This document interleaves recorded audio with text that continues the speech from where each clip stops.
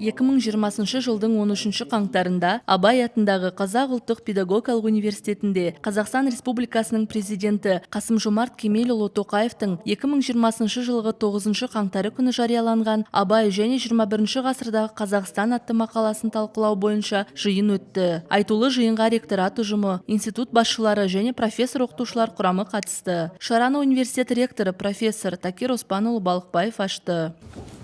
Егемен Қазақстан газетіне Абай және 21 ғасырдағы Қазақстан тақырыбында үлкен мақала жазды.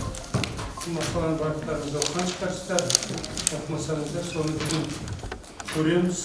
Бұл жердегі негізгі идея Қасым-Жомарт Кемелұлының Абайдың 170 жылдығына байланысты. Біріншіден, сол Абайдың бүгінгі бізге қалған мұраларын қалай көру керек, қалай түсіну керек, не білеміз, не қоямыз, сол туралы.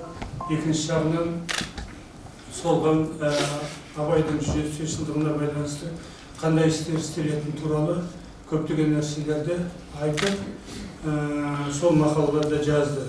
Абай және 21 ғасырдағы Қазақстан атты мақаланы талқылау бойынша жиынға Хакім Абай ғылыми зерттеу орталығының директоры Жабал Шойынбек, рухани жаңғыру жобалау кеңсесінің жетекшісі Борасын Иманбердиев және саясаттану және әлеуметтік философиялық пәндер кафедрасының меңгерушісі Жомарт Семтиков қатысып, мақала бойынша өз ойларын ортаға салды. Сонымен қатар, жиынға қатысушы профессор-оқытушылар да тақырып аясында сөз сөйлеп пікірлерімен бөлісті.